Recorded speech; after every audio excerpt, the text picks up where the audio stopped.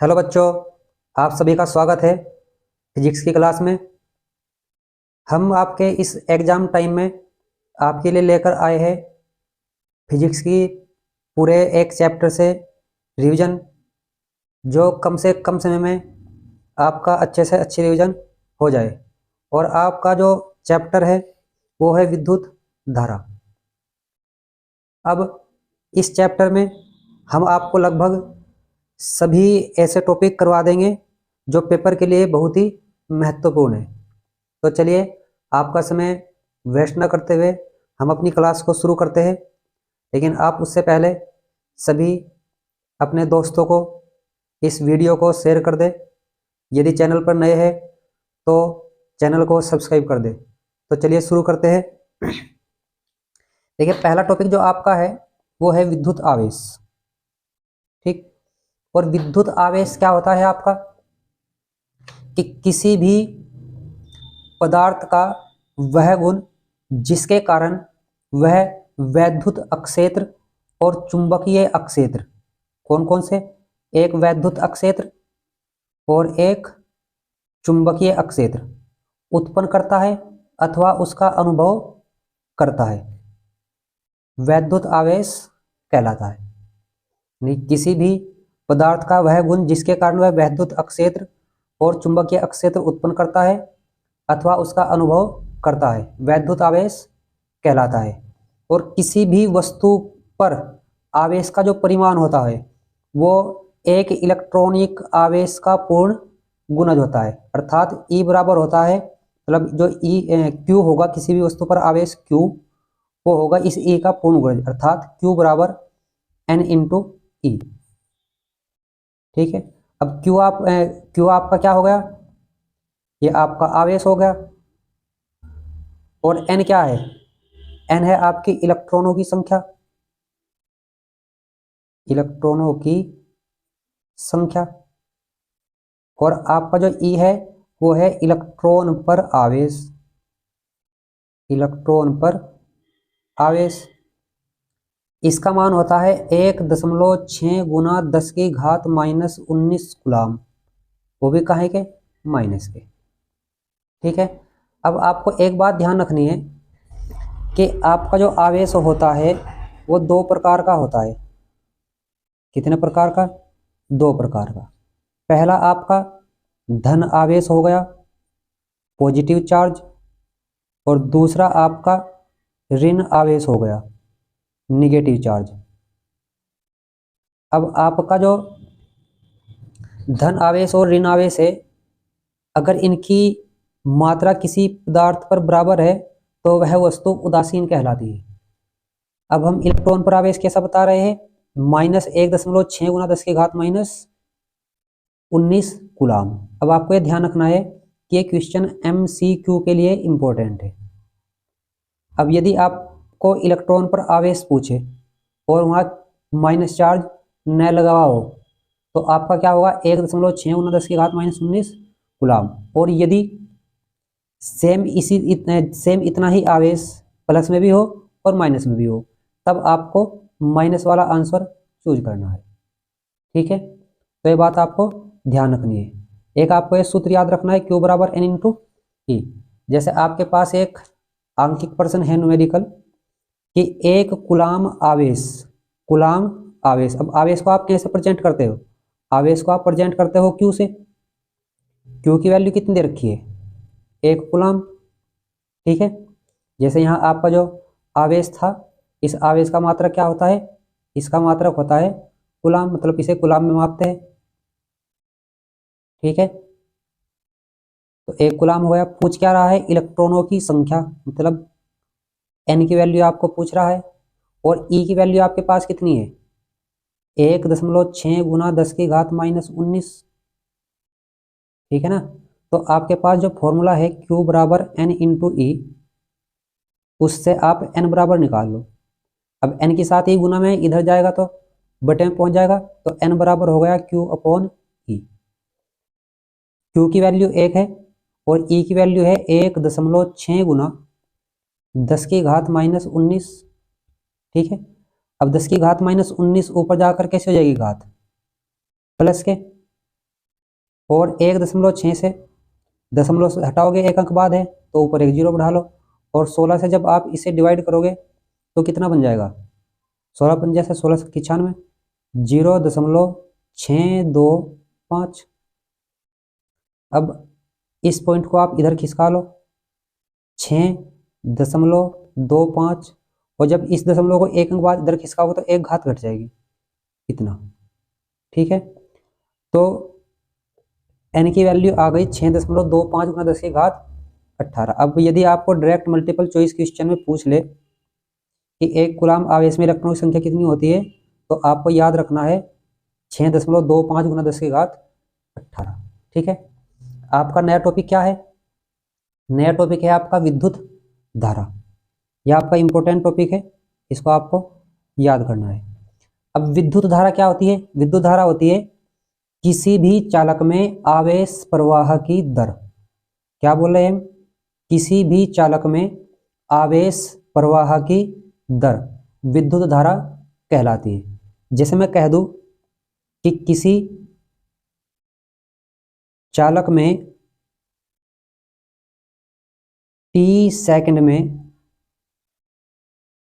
q coulomb आवेश प्रवाहित होता है, प्रवाहित होता है, तब आपका जो धारा होगी प्रवाहित धारा, अब आपकी जो प्रवाहित धारा होती है उसे प्रदर्शित करते हैं हम स्मॉल आई या कैपिटल आई से। तो स्मॉल आई अथवा कैपिटल जो आई होगा वो हो जाएगा आपके पास Q/T। आप इसे स्मॉल आई भी लिख सकते हो, कैपिटल आई भी। मैं स्मॉल आई लिख रहा हूँ क्योंकि इधर भी आपके स्मॉल लेटर सी है, तो स्मॉल आई बराबर Q/T। अब विद्युत धारा का जो मात्रक होगा, मात्रक क्या होगा, मात्रक होगा इसका एम्पियर, और एम्पियर को प्रदर्शित करते हैं हम कहीं से, ए से। सबसे पहला आपका सूत्र हो गया I बराबर Q/T। परिभाषा क्या हो गई, किसी चालक में आवेश प्रवाह की दर, मात्रक एम्पियर हो गया, और राशि कैसी होती है, ये राशि होती है आपकी एदिश, दिशा होते हुए भी। ठीक है, अब इसकी जो दिशा होती है, दिशा किधर होती है, दिशा होती है, अगर हम किसी भी चालक की बात करें तो इलेक्ट्रॉन के प्रवाह की विपरीत दिशा में।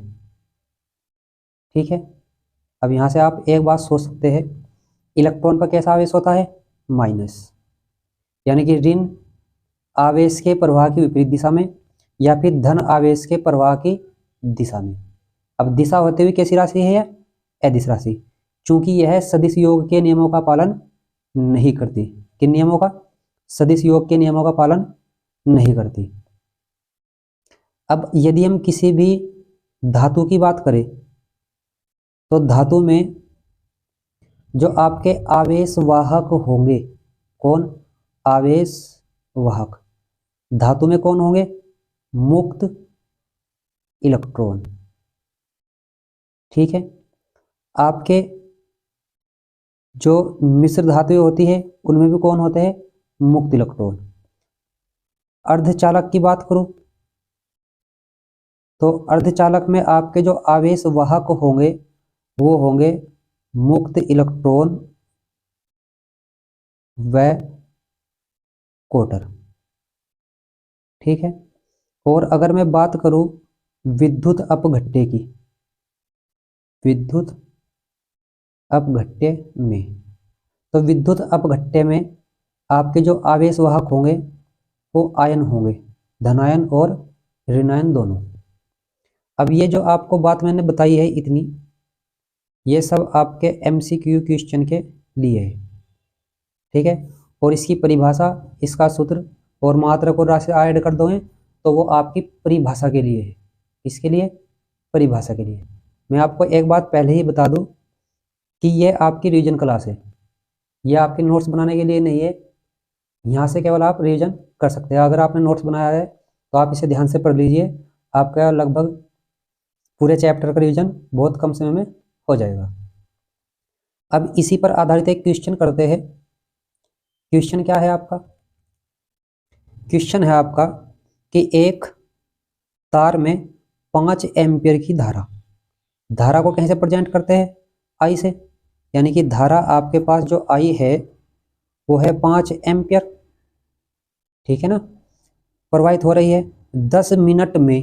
अब मिनट का मतलब समय, तो आपका जो समय हो गया, समय हो चुका है t बराबर 10 मिनट, और इस 10 मिनट को आप बदल लीजिए सेकंड में, तो 10 और 1 मिनट में कितनी सेकंड होती है? 60 सेकंड, ठीक है। कितना आवेश प्रवाहित होगा? आवेश पूछ रहा है, यानी कि किसकी वैल्यू? क्यू की वैल्यू। तो आप अपना सूत्र लगा लीजिए, आई बराबर क्या होता है?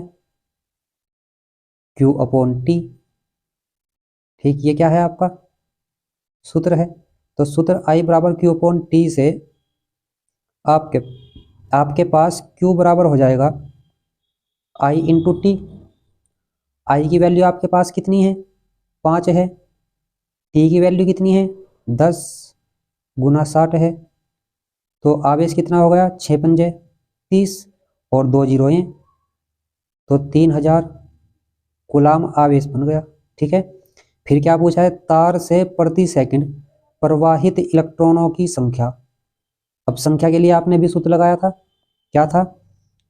Q बराबर N इंटू ई से, ये था ना। तो इस सूत्र से आप N बराबर Q अपॉन ई कर लेंगे, और Q की वैल्यू आपके पास कितनी आ चुकी है?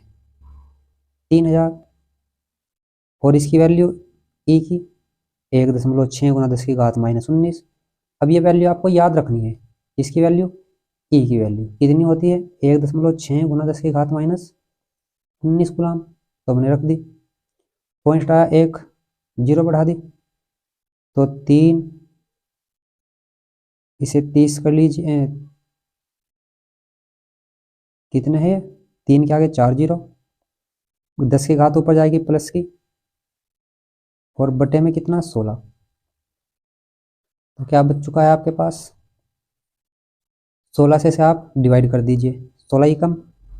अब ये जो 3 जीरो है, इन 3 जीरो से आप इसकी घात बढ़ा दीजिए, 19, 20, 21, 22, और 30 को डिवाइड कर दीजिए 16 से, ठीक है ना। ज़्यादा करो आप काट लीजिए, 2 से काट लीजिए 8 और 15, ठीक है ना। तो 8 से डिवाइड करोगे तो कितना बैठेगा? लगभग 8 एकम 8, आगे बच गया आपका कितना? 7, 8 छंग 72, सॉरी 8 छंग 48, 8 से 56, 8 64, और 8 नम 72, लगभग 8 5 के आसपास इसका भाग देकर आ जाएगा। और ये घात कितनी बन गई? लगभग इतनी, ठीक है। किसकी वैल्यू आ गई है? ये आ गई है, इतने इलेक्ट्रॉन होंगे, ठीक है। समझ में आ चुका है क्वेश्चन। तो नेक्स्ट क्वेश्चन करते हैं हम अपना। अब आपका नया टॉपिक क्या है? विद्युत विभवांतर। अब विद्युत विभवांतर क्या होता है? आपका परीक्षण आवेश होता है क्यू नॉट। क्या होता है? Q not. तो किसी भी धन परीक्षण आवेश को वैद्युत अक्षेत्र में एक बिंदु से दूसरे बिंदु तक लाने में या ले जाने में जो किया गया कार्य होता है, वो उन दो बिंदुओं के बीच वैद्युत विभवांतर कहलाता है, ठीक है, कहलाता है। क्या कह रहे हैं? कि एकांक धन परीक्षण आवेश को वैद्युत क्षेत्र के भीतर एक बिंदु से दूसरे बिंदु तक लाने में किया गया कार्य। अब यदि मैं धन परीक्षण आवेश को क्या मान लूं? क्यू नॉट मान लूं, और इस क्यू नॉट को वैद्युत क्षेत्र के किसी बिंदु तक लाने में किया गया कार्य कितना मान लो? W। तब इन दो बिंदुओं के बीच जो विभवांतर होगा वो क्या हो जाएगा? विभवांतर, वो हो जाएगा कार्य बटे धन परीक्षण आवेश, यानी कि आवेश की वैल्यू। अब यदि जैसे आपके पास एक पॉइंट ए है, एक पॉइंट बी है, और आपका कोई आवेश इधर रखा था जिसके वैद्युत क्षेत्र इससे इस साइड है प्लस वाला। तो जब यहाँ से यहाँ पर लेकर जाएंगे तो आपका जो V A minus V B होगा, यानी कि इस पॉइंट पे अगर वी विभवांतर वी ए मान लो, इस पर कितना मान लो वी बी, तो V A minus V B जो होगा वो होगा डब्ल्यू अपॉन क्यू नोट या क्यू। ठीक है, इसे मैं डब्ल्यू अपॉन क्यू भी कह सकता हूँ, वैसे तो डब्ल्यू अपॉन क्यू नोट होता है, लेकिन डब्ल्यू अपॉन क्यू कह दूँ तब भी कोई प्रॉब्लम नहीं है। अब इसका जो मात्रक होता है वो क्या होता है, मात्रक होता है इसका, अगर मैं इसकी बात करूँ तो जूल प्रति कूलाम होगा, और जूल प्रति कूलाम को मैं कह सकता हूँ वोल्ट। ठीक, जिसे मैं वी से प्रेजेंट करता हूँ। अब राशि कैसी है, या राशि है आपकी अदिश। ठीक है, आपकी परिभाषा हो गई। सूत्र आपको याद रखना है V A minus V B बराबर डब्ल्यू अपॉन क्यू। ठीक है, इसे मैं डेल्टा वी भी कह सकता हूँ, दो बिंदुओं के बीच पोटेंशियल डिफरेंस अदिश राशि हो गई, और मात्रक क्या है इसका, वोल्ट। एमसीक्यू के लिए इंपॉर्टेंट, इतनी बात आपकी समझ में आ गई होगी। नेक्स्ट बात क्या करते हैं, विद्युत विभव। अब विद्युत विभवांतर और विद्युत विभव एक ही राशि है, बस केवल डिफरेंस इतना है कि यदि वैद्युत क्षेत्र के भीतर एक बिंदु से दूसरे बिंदु तक आवेश को जब लेकर जाएंगे तो वो होगा उन दो बिंदु के बीच विभवांतर, और यदि वैद्युत आवेश को अनंत से वैद्युत क्षेत्र के भीतर किसी बिंदु तक लेकर आया जाए तो होगा विद्युत विभव। तो परिभाषा बिल्कुल सेम है वही, कि एकांक धन परीक्षण आवेश को अनंत से वैद्युत क्षेत्र के भीतर किसी बिंदु तक लाने में किया गया कार्य, जैसे अनंत है यहाँ पर। ठीक है, तो मैं इसे यहाँ से यहाँ पर लेकर आ रहा हूँ, इधर आपके पास आवेश क्यू है, तो जब आवेश इस क्यू को मैं इधर लेकर आऊँगा इस बिंदु पर, तो इस बिंदु पर लेकर आने में जो कार्य करना पड़ेगा, जैसे मैं कह दूँ डब्ल्यू कार्य करना पड़ रहा है किसे, क्यू आवेश को, तो यहाँ पर लेकर आने पर जो विभवांतर होगा वो हो जाएगा वी, विभवांतर को विभव। तो वी बराबर आपका कितना बन चुका है, वी बराबर हो गया है डब्ल्यू अपॉन क्यू, यानी कि आपका सूत्र बिल्कुल सेम है, डिफरेंस केवल इतनी है कि वहाँ आपका एक बिंदु से दूसरे बिंदु तक ले जाने में किया गया कार्य था, और यहाँ पर है आवेश को अनंत से वैद्युत क्षेत्र के भीतर किसी बिंदु तक ले जाने में किया गया कार्य। मात्रक आपका सेम है, राशि अभी एदिशी है। ठीक है, तो अब आपका देखते हैं हम इसमें इसका आंकिक प्रश्न। ये रहा इस पर आधारित एक आंकिक क्वेश्चन। इसमें क्या कह रहा है आपको कि एक तार के सिरों का विभवांतर 1.5 वोल्ट है। क्या है, विभवांतर, और विभवांतर को हम कैसे प्रेजेंट करते हैं, डेल्टा वी से। तो जो डेल्टा वी आपको दे रखा है वो कितना है, 1.5 वोल्ट है। उसके बाद उसमें धारा प्रवाहित होने में 20 सेकंड, सेकंड का मतलब समय, और समय कैसे प्रदर्शित होता है, टी से, तो समय टी बराबर हो गया है 20 सेकंड। 15 जूल ऊर्जा प्राप्त होती है, यानी कि ऊर्जा या कार्य एक ही बात है, तो कार्य आपका जो डब्ल्यू हो गया है वो हो गया 15 जूल। ठीक है, अब ये कह रहा है कि तार में प्रवाहित धारा की गणना कीजिए। वैसे क्वेश्चन आपका अगले सूत्रों पर आधारित है, लेकिन मैं यहाँ पे इसे कर देता हूँ। अब इस विभवांतर को आप चाहे डेल्टा वी मान लीजिए या आप वी मान लीजिए, इससे इस पर कोई प्रभाव नहीं पड़ेगा। ठीक है ना, तो इसमें आपको फाइंड क्या करना है, तार में प्रवाहित धारा। अब आपको ऐसा सूत्र देखना है कि आपके पास किसकी वैल्यू आ जाए, आई की वैल्यू, यानी कि आपको इसमें निकालना है धारा आई बराबर। तो आपके पास क्या दे रखी है, 15 जूल ऊर्जा दे रखी है, यानी कि वह ऊर्जा। अब वह ऊर्जा जो आपके पास होती है, या ऊर्जा, इसे आप ऊर्जा भी कह सकते हैं, वह ऊर्जा डब्ल्यू बराबर होगी V इंटू आई इंटू टी। ठीक है, अब यदि हम अपने इन्हीं सूत्रों से भी करें तो आराम से कर सकते हैं। जैसे मैं आपको इस क्वेश्चन को पूरा ही आसान तरीके से बता दूं, अभी हमने सूत्र बनाया है डेल्टा वी, और इस डेल्टा वी को मैंने पहले ही बोल दिया कि अगर आप डेल्टा वी रखना चाहो तो डेल्टा वी रख सकते हो, और वी रखना चाहो तो वी रख सकते हो। अब आपकी थोड़ी प्रॉब्लम दूर कर देता हूँ मैं, इसे वी बराबर ही मान लेता हूँ। तो वी बराबर क्या है आपके पास, डब्लू अपॉन क्यू। ठीक है, अब इतना भी आप जानते हैं कि क्यू की वैल्यू अभी आपने पढ़ी है आई इंटू टी। अब बटे वाली राशि किधर पहुंच गई, इसकी साइड, तो ये आपके पास बन जाएगा वी आई टी, किसके बराबर, डब्लू के बराबर। ठीक है, तो ये आपके पास सूत्र आ गया डब्लू बराबर वी आई टी। तो यहाँ से आपके पास आई निकल जाएगा वी ओ टी बटे में, यानी कि W upon V into T. W की वैल्यू आपके पास कितनी है, 15 जूल। ठीक है, 1.5 वी की वैल्यू है, और टी की वैल्यू कितनी है, 20 सेकेंड।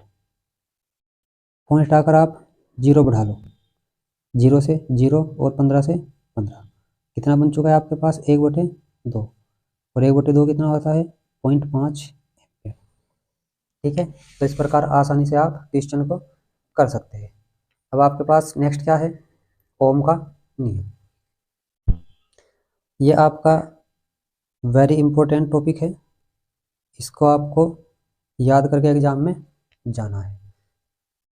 ओम का नियम क्या होता है आपका, कि यदि किसी चालक की भौतिक अवस्थाओं जैसे ताप, दाब, आपका चालक की लंबाई, चालक का परिच्छेदक क्षेत्रफल इत्यादि न बदले जाए, तो चालक के सिरों पर जो लगाया गया विभवांतर होगा वो उसमें प्रवाहित धारा के अनुक्रमानुपाती होगा। ठीक है, मैं लिख भी देता हूँ इसे। ठीक है, हम कह रहे हैं कि यदि किसी चालक की भौतिक अवस्था जैसे ताप, लंबाई, क्षेत्रफल आदि न बदली जाए, तो चालक के सिरों के बीच लगाया गया विभवांतर इसमें प्रवाहित धारा के अनुक्रमानुपाती होता है।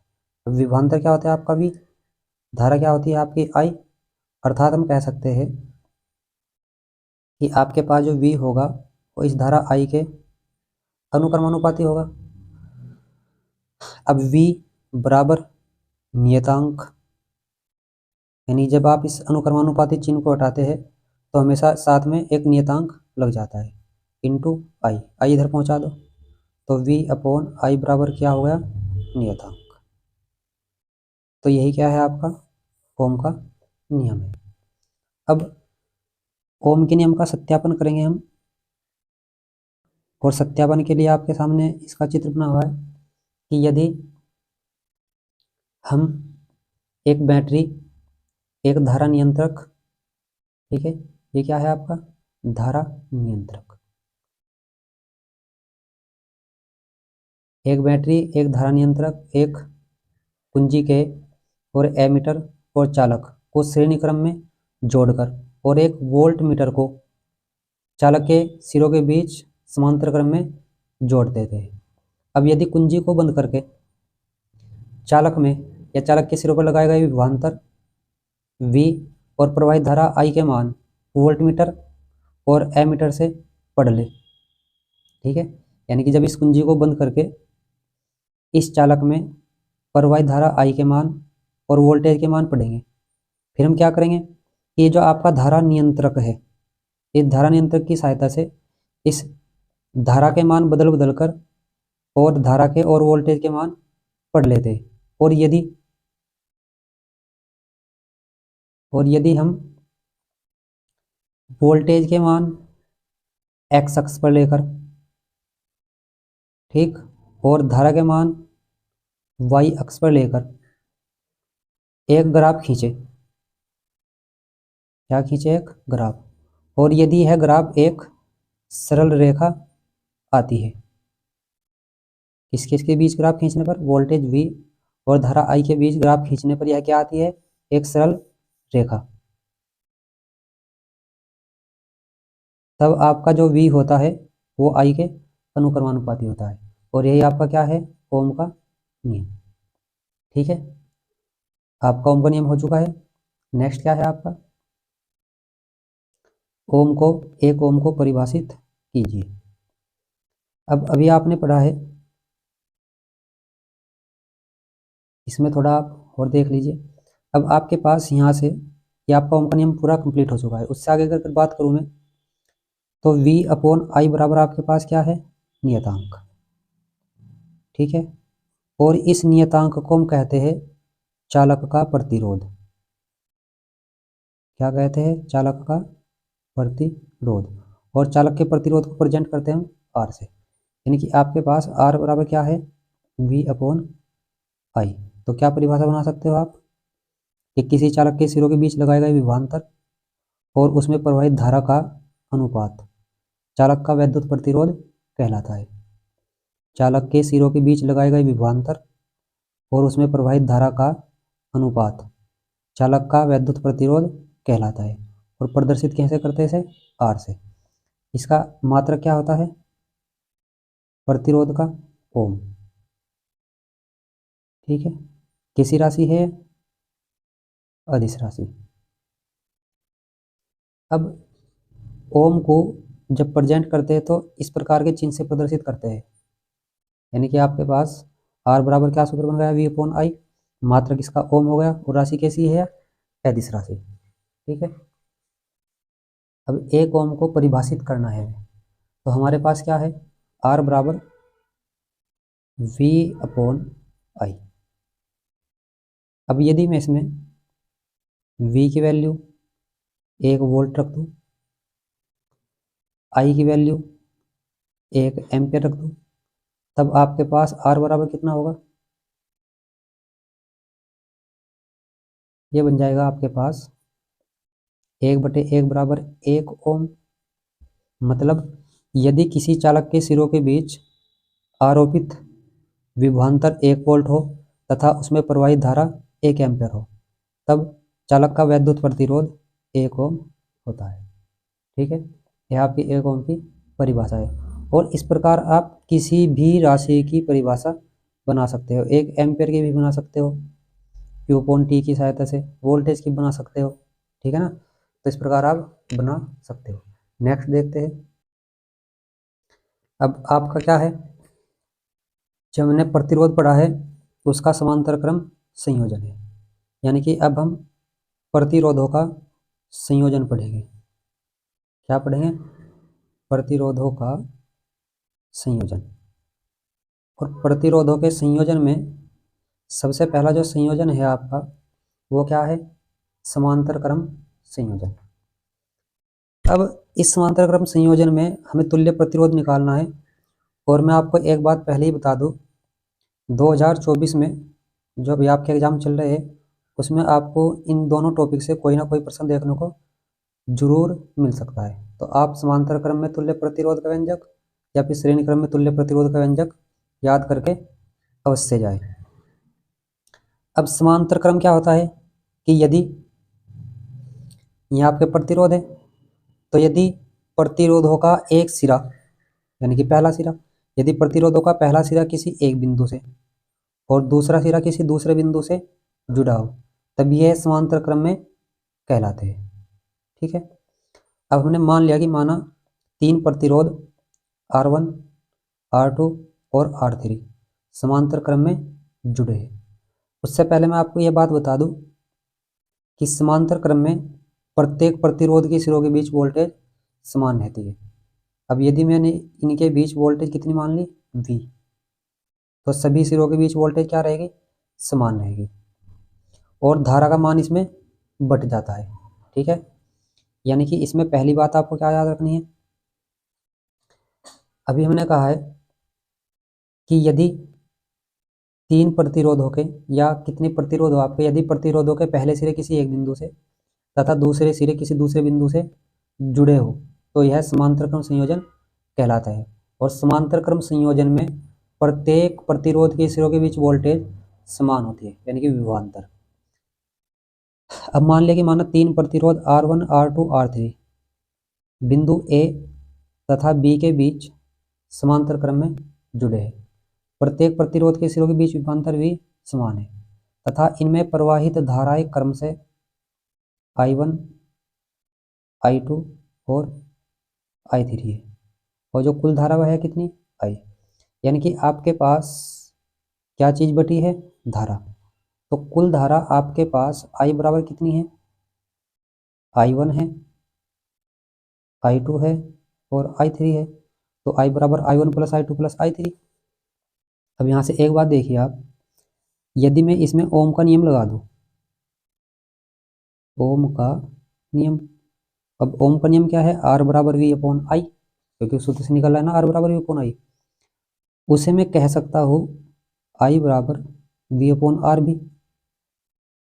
भाई अगर आप इस फॉर्मूले से R बराबर V अपॉन I से I की वैल्यू निकालो, चूंकि I का मान बढ़ रहा है तो I इधर R इधर, तो आपके पास I बराबर V अपॉन R होगा। अब इस सूत्र को आप तीनों प्रतिरोध में लगा दीजिए। धारा I1 है, प्रतिरोध R1, वोल्टेज V यानी कि V अपॉन R1। इसी प्रकार I2 क्या होगी, V अपॉन R2। इसी प्रकार आपके पास I3 क्या होगी, V अपॉन R3।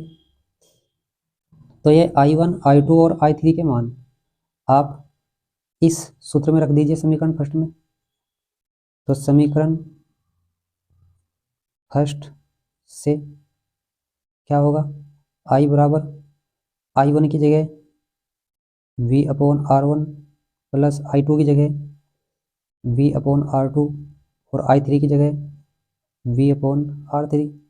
अब V तीनों में सेम है तो कॉमन ले लीजिए। I बराबर V common 1 upon R1 plus 1 upon R2 और प्लस 1 अपॉन R3। ठीक है, V आप कर लीजिए इधर बटे में। तो I बराबर क्या बन चुका है आपके पास, I upon V 1 upon R1 plus 1 upon R2 plus 1 upon R3। ओम का नियम, ओम के नियम से तुल्य प्रतिरोध अगर आपका R हो, तुल्य प्रतिरोध कितना हो, R हो, तो R बराबर कितना होगा, V अपॉन I होगा। ठीक है ना। अब यहाँ से आप उल्टा कर दीजिए इसे, जब इसे आप उल्टा करोगे तो इधर से ये भी उल्टा हो जाएगा, 1 upon R, I upon V, और I अपॉन V आपने भी क्या निकाला है, 1 upon R1 plus 1 upon R2 plus 1 upon R3। तो 1 अपॉन R बराबर 1 upon R1 plus 1 upon R2 plus 1 upon R3। ठीक है, तो समांतर क्रम में जो आपका तुल्य प्रतिरोध का सूत्र आ चुका है वो आ चुका है 1 अपॉन R बराबर 1 upon R1 plus 1 upon R2 plus 1 upon R3। यहाँ आपको मैंने दो बात बताई है, पहली कि आपका विभवांतर क्या रहेगा, समान। दूसरी, आपकी जो विद्युत धारा होगी वो बट जाएगी, यानी कि अलग अलग प्रतिरोध पर अलग अलग हो जाएगी। ठीक है, ये आपका आर्टिकल था, ये आपको पूरा याद करना, जो मैंने हिंदी बोली है वो भी इसमें ऊपर लिखनी है। ठीक है ना। सेम इसी प्रकार हम श्रेणी क्रम करेंगे। वही मान लिया कि यदि प्रतिरोध हो गया, यानी कि प्रत्येक प्रतिरोध का, जैसे आपके प्रतिरोध है पहला सिरा, ये दूसरा, ये इस वाले का पहला, अगले वाले का दूसरा, इसका ये पहला और ये दूसरा। अब यदि प्रत्येक प्रतिरोध का दूसरा सिरा अगले प्रतिरोध के पहले सिरे से जुड़ा हो तो यह संयोजन श्रेणी क्रम संयोजन कहलाता है। समझ में आ चुकी है बात। यदि प्रत्येक प्रतिरोध का दूसरा सिरा उससे अगले प्रतिरोध के पहले सिरे से जुड़ा हो तो यह क्रम श्रेणी क्रम, मतलब यह संयोजन श्रेणी क्रम संयोजन कहलाता है। और इसमें प्रत्येक प्रतिरोध में जो प्रवाहित धारा होती है वो समान होती है। अब मान लिया कि माना 3 प्रतिरोध R1, R2, R3 बिंदु A तथा B के बीच श्रेणी क्रम में जुड़े हैं। माना 3 प्रतिरोध R1, R2, R3 बिंदु A तथा B के बीच श्रेणी क्रम में जुड़े हैं। प्रत्येक प्रतिरोध में प्रवाहित धारा I है, कितनी है, I, तथा इनके सिरों के बीच विभवांतर क्रमशः V1, V2 और V3 है। यानी कि टोटल विभवांतर आपके पास कितना है, V, जो बैटरी का था। अब आपका जो कुल विभवांतर V था, कुल विभवांतर V, वो क्या हो गया, V1 प्लस V2 और प्लस V3। आप पहले के तरीके से समझ चुके होंगे कि कौन बटा है, V बटा है, अर्थात जो ओम का नियम है हमारा, ओम का नियम, उस ओम के नियम से R बराबर V अपॉन I। तो यहाँ से किसकी वैल्यू निकालनी है, V की। अब V के बटे में I है, इधर कहीं हमें पहुँच जाएगा गुना में। तो आपके पास यहाँ से V बराबर बनता है R इंटू आई, ठीक है ना। V बराबर R इंटू आई बन जाता है। तो यहाँ से आप एक काम कर सकते हैं कि पहले इसमें लगा लीजिए V1 बराबर R1 इंटू आई, R1 इंटू आई, V2 बराबर R2 इंटू आई, इसी प्रकार V3 बराबर R3 इंटू आई।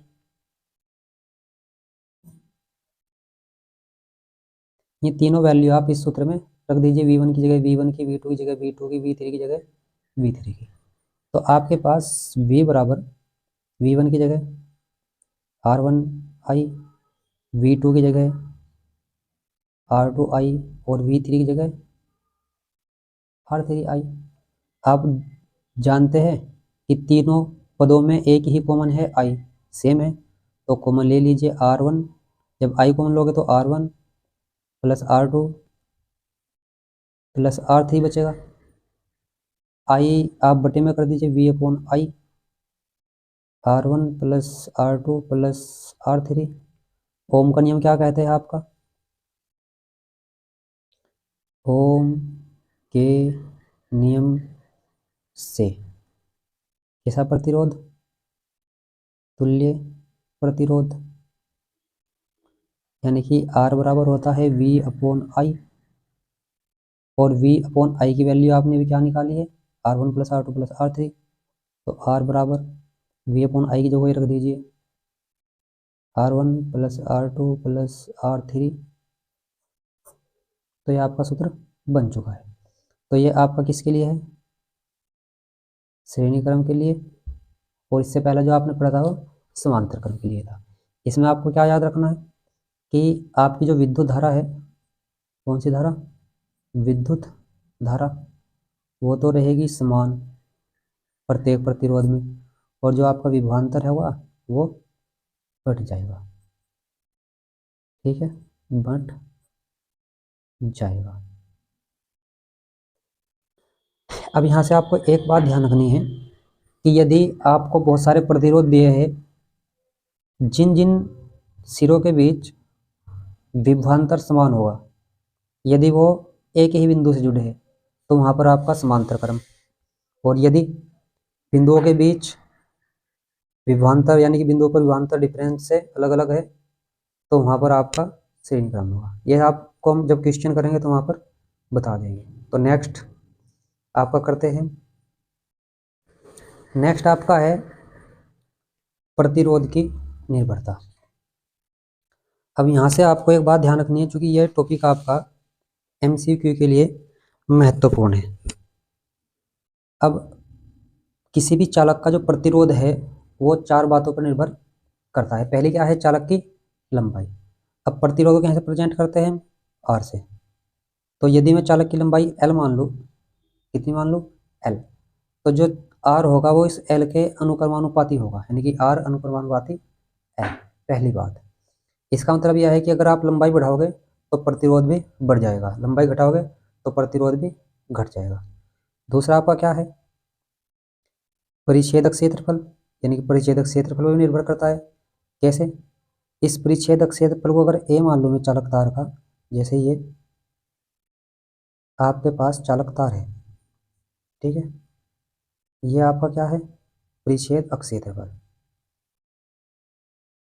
ये इसकी लंबाई है, ये आपका A है। तो इसका जो प्रतिरोध होगा R वो इस A के व्युत कर्मानुपाती होगा।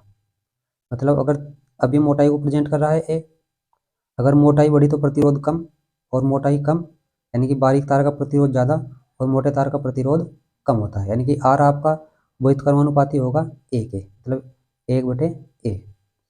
चालक के पदार्थ की प्रकृति, इसका मतलब यह है कि भिन्न भिन्न पदार्थों का जो प्रतिरोध होगा वो भिन्न भिन्न होगा। जैसे हम बात करें लोहे का अलग होगा, तांबे का अलग होगा, ठीक, यानी कि अगर समान प्रतिरोध के समान लंबाई के हम 4 तार ले लें, 2 तार ले लें, जैसे एक आयरन का और एक कॉपर का, तो इन दोनों ही तारों का प्रतिरोध भिन्न भिन्न होगा, ठीक है ना।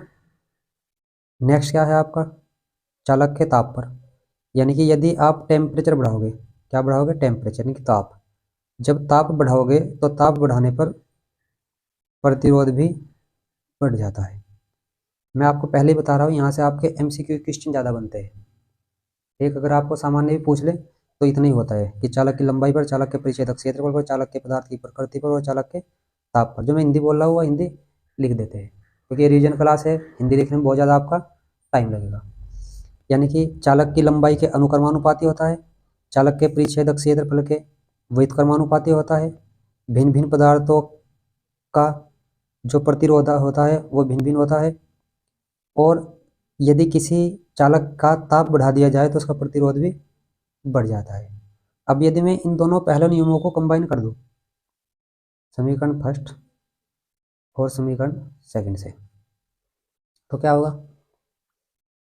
समीकरण फर्स्ट व सेकंड से आपका जो आर होगा वो अनुक्रमानुपाती होगा L/A के। भाई L ऊपर है, A बटे में, तो आर अनुक्रमानुपाती L/A, यानी कि आर आपका बराबर, अब जब इसको हम बराबर में परिवर्तित करेंगे तो कोई क्वेश्चन लेना पड़ता है, और क्वेश्चन ले लिया हमने रो, क्या लिया, रो। इस चिन्ह का मतलब क्या होता है, रो, इसे हम रो कहते हैं। तो आर बराबर रो इंटू L/A। यहाँ रो चालक का विशिष्ट प्रतिरोध है। अब यहाँ से एक MCQ क्वेश्चन बन जाता है आपका। अब आपको अगर पूछे आर, इनका इन दोनों का, तो आर तो होगा भिन्न भिन्न, अलग अलग होगा, लेकिन अगर रो पूछे तो रो समान, आर भिन्न भिन्न। समझ में आ रहा है, थोड़ा सा एक, या आपको थोड़ा गलत बता दिया है मैंने, दोबारा देखिए, मैं कह रहा हूँ कि यदि आपके पास 2 तार है समान लंबाई के, जैसे एक आपका L लंबाई का हो गया, किसका, सेम पदार्थ का, कॉपर का, और एक आपका 12 लंबाई का हो गया, ये भी कॉपर का ही है। अगर आपके पास समान पदार्थ है तो समान पदार्थ के लिए आपके चाहे लंबाई या क्षेत्रफल कुछ भी हो, उनका जो रो होगा वो सेम होगा।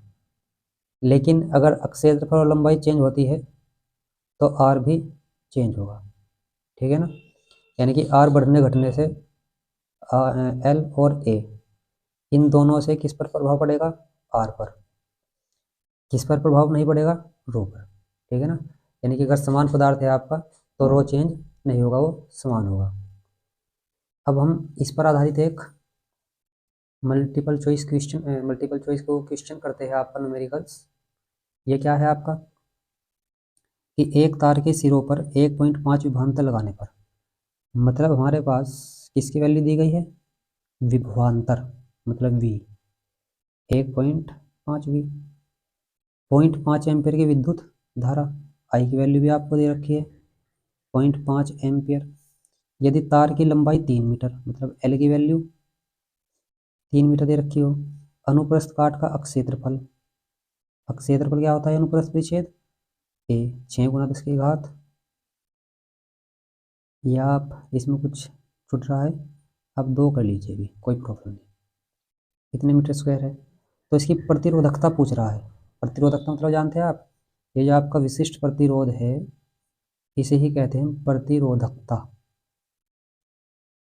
प्रतिरोधकता मतलब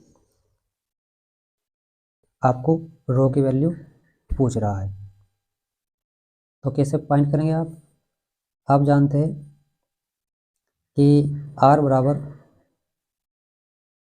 रो इंटू एल अपॉन ए होता है, ठीक है ना। और R बराबर कितना होता है, V upon I, rho into l upon A, ठीक है इतनी बात। तो रो की वैल्यू निकाल लीजिए, ए इधर एल भी इधर, तो रो बराबर क्या बन जाएगा, V अपॉन आई, ए ऊपर और एल नीचे, ठीक है ना इतनी बात। तो आप वैल्यू रख दीजिए, बी की वैल्यू 1.5 है, इसकी वैल्यू 0.5 है, ए की वैल्यू 6 गुना 10 की घात 2 है, और इसकी वैल्यू कितनी है, 3 है। पॉइंट से आपका पॉइंट हट गया, 5 दिए 15, 3 से आपका 3 कट चुका है, तो ये बन गया आपके पास 6 गुना, इसे आप, क्योंकि तार है आपका तो इतना ना कहकर इसे -4 कह लीजिए, -4, क्योंकि इतनी मोटाई का तार नहीं हो सकता, ये 10 की घात -4, तो रो बराबर 6 गुना 10 की घात -4। अब यहाँ से अगर आप रो का मात्रक भी निकालो तो रो का मात्रक होता है ओम मीटर।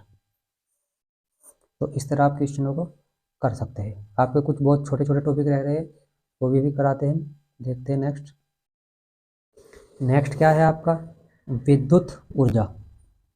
तो विद्युत ऊर्जा क्या होती है आपकी, कि किसी चालक में आवेश के प्रवाह के कारण जो वैद्युत ऊर्जा व्यय होती है, ठीक है ना, कि किसी चालक में आवेश के प्रवाह के कारण जो ऊर्जा खर्च होती है, व्यय होती है, उसे कहते हैं वैद्युत ऊर्जा। और इसे प्रदर्शित कैसे करते हैं हम, W से। अब यदि किसी चालक के सिरों के बीच, जैसे आपने चालक ले लिया और इस चालक के सिरों के बीच आपकी वोल्टेज कितनी है, V, यानी कि विभवांतर V है, इसमें प्रवाहित धारा I है, और ये जो प्रवाहित धारा है कितने सेकंड में होती है, T सेकंड में। यानी कि सिंपल सी बात मैं यह कहूँ कि चालक के सिरों के बीच विभवांतर V आरोपित करने पर उसमें प्रवाहित आवेश कितना है, Q, और ये प्रवाहित आवेश कितनी देर में होता है, T में। तो आप जानते हैं कि W बराबर क्या होगा, V अपॉन Q होगा, ठीक है ना।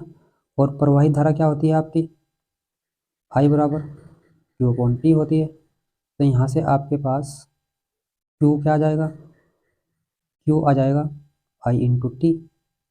तो W बराबर बन जाएगा, ये आपका थोड़ा मिस्टेक हो गया है, ये आपके पास Q बराबर कितना आ चुका है, I इंटू टी। V बराबर होता है W into Q, sorry W upon Q। तो W कितना आ जाएगा यहाँ से, V इंटू Q। आपके पास कितना है, Q की वैल्यू I इंटू टी, तो V I T बन चुका है, ठीक है।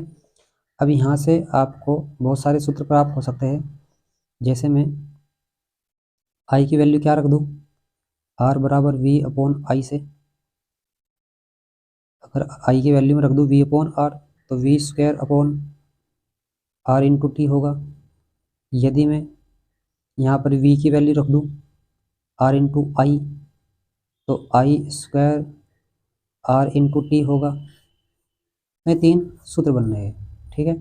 अगर मैं यहाँ पर उत्पन्न उष्मा की बात करूँ, उत्पन्न उष्मा, तो उत्पन्न उष्मा जो H होगी वो होगी W अपॉन 4.2, और W की वैल्यू आपने कितनी निकाली है अभी, आई स्क्वायर आर टी अपॉन 4.2। यहाँ आपके सारे के सारे फॉर्मूले हैं, पहला फॉर्मूला, दूसरा और तीसरा, ठीक है। अब इस नियम को हम कहते हैं जूल का उष्मा का नियम, ठीक है ना।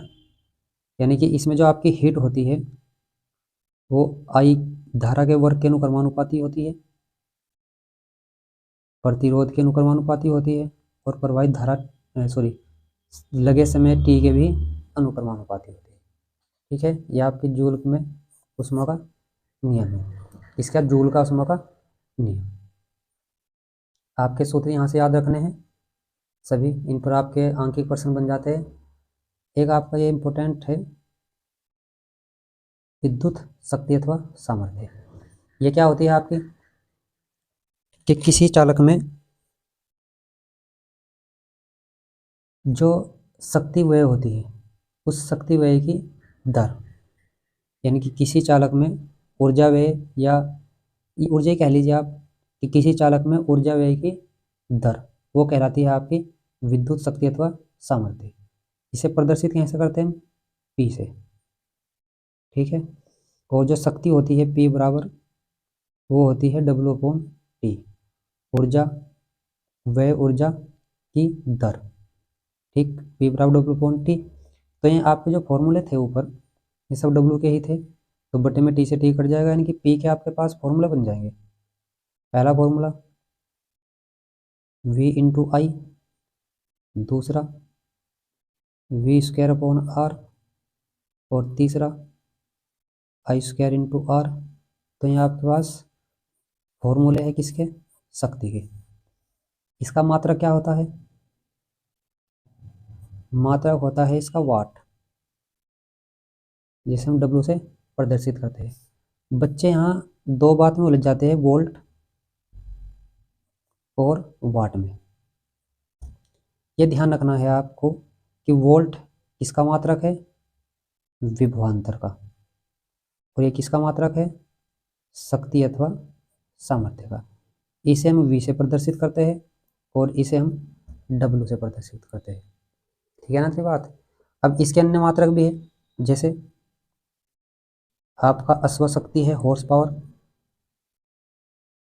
और एक अश्व शक्ति यानी कि 1 HP में, हॉर्स पावर में 740 वाट होते हैं।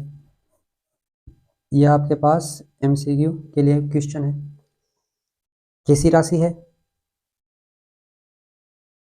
अदिश राशि है। तो यहाँ आपको ध्यान रखना है कि आपके पास इसकी परिभाषा और इसके सूत्र आपको याद रखने हैं। किसी चालक में वैद्युत ऊर्जा व्यय की दर वो कहलाती है आपकी वैद्युत शक्ति अथवा सामर्थ्य। कैसे प्रदर्शित करते हैं, पी से। यहाँ आपके पी के सूत्र है, मात्रा क्या है इसका, वाट, ठीक। यांत्रिकी में क्या है, यांत्रिकी में इसका मात्रा क्या है, अथवा शक्ति, ठीक है ना। एक अश्व शक्ति में कितने होते हैं, 740 वाट। आपका किलोवाट भी होता है, 1 किलोवाट, 1 किलोवाट में होता है 10⁻³ वाट। 1 मेगावाट भी होता है, 1 मेगावाट में होते हैं 10⁻6 वाट, यानी कि के है तो किलोवाट, एम है तो मेगावाट, इसे मिलियन वाट भी बोल देते हैं, ठीक है ना। ये सब किसके मात्रक है, शक्ति के, ठीक है। अब आपको एक बात ध्यान रखनी है, एक आपका इससे प्रश्न बनता है ये, इसमें एक आपको सूत्र याद रखना है यूनिटों की संख्या का। यूनिटों की संख्या, यूनिटों की संख्या क्या होती है, वाट गुना घंटे और बटे 1000। जैसे क्वेश्चन आपको पूछ ले 4 नंबर में कि 1 किलोवाट यानी कि 1 घंटा वाट में, 1 किलोवाट घंटा में कितने जूल होते हैं। सबसे पहले तो यह बात ध्यान रखना है कि 1 किलोवाट घंटा किसका मात्रक है, कार्य का। वाट देखकर शक्ति का मत लगा देना, ठीक है ना। किसका मात्रक है, कार्य या ऊर्जा का मात्रक। तो अब हम इसे निकाल कर देखेंगे कि 1 किलोवाट घंटा, बहुत आसान है। 1 किलोवाट, अभी मैंने बताया कि 1 किलोवाट में 10⁻³ वाट होते हैं। कितने वाट, 10⁻³ वाट, ठीक है। 1 किलोवाट में 10⁻³ वाट, 1 घंटे में 60 मिनट और 1 मिनट में 60 सेकंड, यानी कि 60 गुना 60 सेकंड हो गया। 10⁻³ वाट का मतलब क्या आता है, जूल प्रति सेकंड, और 60 की 60 की गुना करोगे तो कितना, 3600 सेकंड। सेकंड से आपका सेकंड कट चुका है, क्या बचेगा, ये बच गया 10⁻³। इसे भी आप लिख सकते हो 1 2 3, अगर दशमलव यहाँ लगाओ तो 3.6 गुना 10⁻³ 3 क्या बच रहा है जूल, तो 3.6, 10 की घात 3, 10 की घात 3, 10 की घात 6 जूल किसके बराबर है, 1 किलोवाट घंटा। अब ये देखिए आपके पास पहला ये MCQ में भी आ सकता है 1 नंबर का, दूसरा ये 4 नंबर का भी आ सकता है लघु उत्तरीय प्रश्नों में, ठीक है ना। तो ये आपका इम्पोर्टेंट क्वेश्चन है, ये आपको ध्यान रखना है। नेक्स्ट टॉपिक देखते हैं आपका इस पर आधारित एक न्यूमेरिकल है। 1500 वाट सामर्थ्य वाले एक वैद्युत हीटर को 250 वोल्ट के वैद्युत मेंस से जोड़ा जाता है, ज्ञात कीजिए। अब ज्ञात क्या करना है, W बराबर P बराबर VI, इसमें आपको वैद्युत धारा ज्ञात करनी है। क्या ज्ञात करनी है, विद्युत। अब आपके पास शक्ति यानी कि सामर्थ्य कितनी दे रखी है, सामर्थ्य दे रखी है आपको P बराबर 1500 वाट, वोल्टेज आपको विभवांतर V कितना दे रखा है 250 वोल्ट, और इसमें आपको पूछ रहा है I। अभी आपने सूत्र पढ़ा है P बराबर V इंटू आई, यहाँ से आपके पास I बराबर होगा P अपॉन V, V इधर बटन पहुँच जाएगा।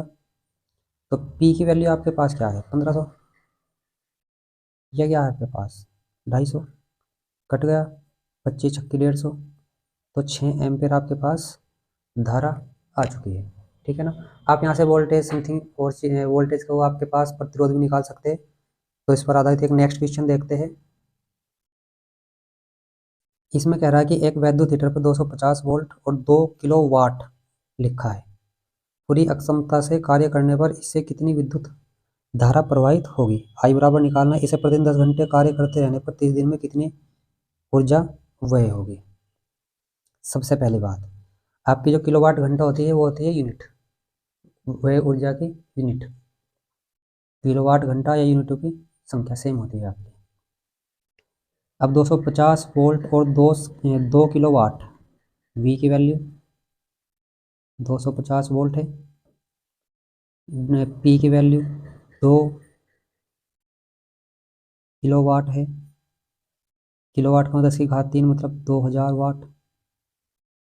धारा पूछ रहा है, अभी आपने धारा कितनी निकाली थी, I बराबर P अपॉन V फॉर्मूला लगाया था।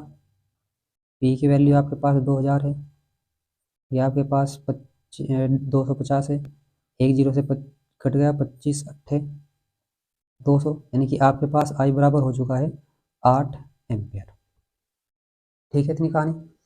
अब उसके बाद आपको क्या कह रहा है कि इसे प्रतिदिन 10 घंटे, यानी कि जब आप यूनिटों की संख्या ज्ञात करेंगे, यूनिटों की संख्या, तो सूत्र आपका क्या होता है, वाट गुना घंटे गुना दिन बटे 1000। अब वाट कितने, वाट है आपके पास 2000, ठीक है ना।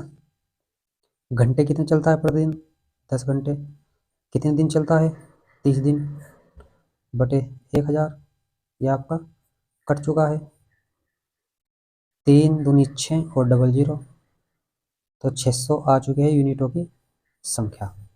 मतलब ये जो किलोवाट घंटा कह रहा है ना, किलोवाट घंटा ऊर्जा वे, ये इसे हम यूनिटों की संख्या भी कह देते हैं, ठीक है। इतनी बात आपके समझ में आ चुकी होगी।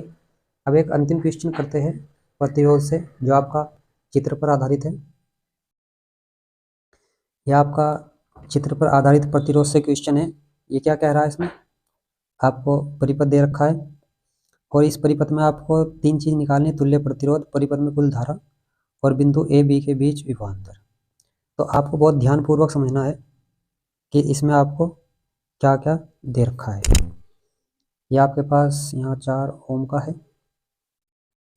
अब देखिए, सबसे पहले आपको देखना है कि जब यहाँ आपके प्रतिरोध लगे हुए हैं, इस पॉइंट पर हम पहुँचेंगे तो बैटरी के सिरे से जुड़ा है, यानी कि इस पॉइंट का विभवांतर कितना है 2, और इधर का कितना है, चूँकि प्लस का सिरा और माइनस का सिरा, तो प्लस का 2 और इसका 0, यहाँ पर 0 है, यानी कि इसका और इसका विभवांतर भिन्न भिन्न है, विभव भिन्न भिन्न है।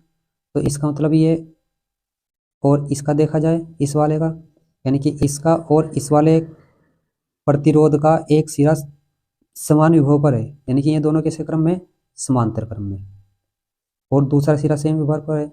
लेकिन अगर हम यहाँ पर देखें तो यहाँ दो प्रतिरोध जुड़े हैं और दोनों प्रतिरोध कैसे क्रम में है, चूंकि पहले प्रतिरोध का दूसरा सिरा उससे आगे के पहले से जुड़ा हुआ है तो श्रेणी क्रम में है। अब यदि मैं इन्हें नाम दे दूं कि R1, R2 और R3, तो क्या कहेंगे कि आपके पास जो R1 व R2 है, R1 व R2 का किस क्रम में है, श्रेणी क्रम में। तो श्रेणी क्रम में तुल्य प्रतिरोध क्या हो जाएगा, आप सूत्र जानते हैं, R बराबर R1 प्लस R2, इसे आप R डैश कह लीजिए। R1 आपके पास कितना है, 2, ये भी कितना है, 2, तो 4 ओम बन चुका है। ठीक है, अब इसकी जगह एक प्रतिरोध आ गया है सिंगल, कितने का, 4 ओम का, और ये सिंगल और ये सिंगल, एक सिरा समान विभव पर और दूसरा सिरा भी समान विभव पर, यानी कि ये समांतर क्रम में है। आप कह सकते हैं कि R डैश व R3 का समांतर क्रम में तुल्य प्रतिरोध क्या होगा,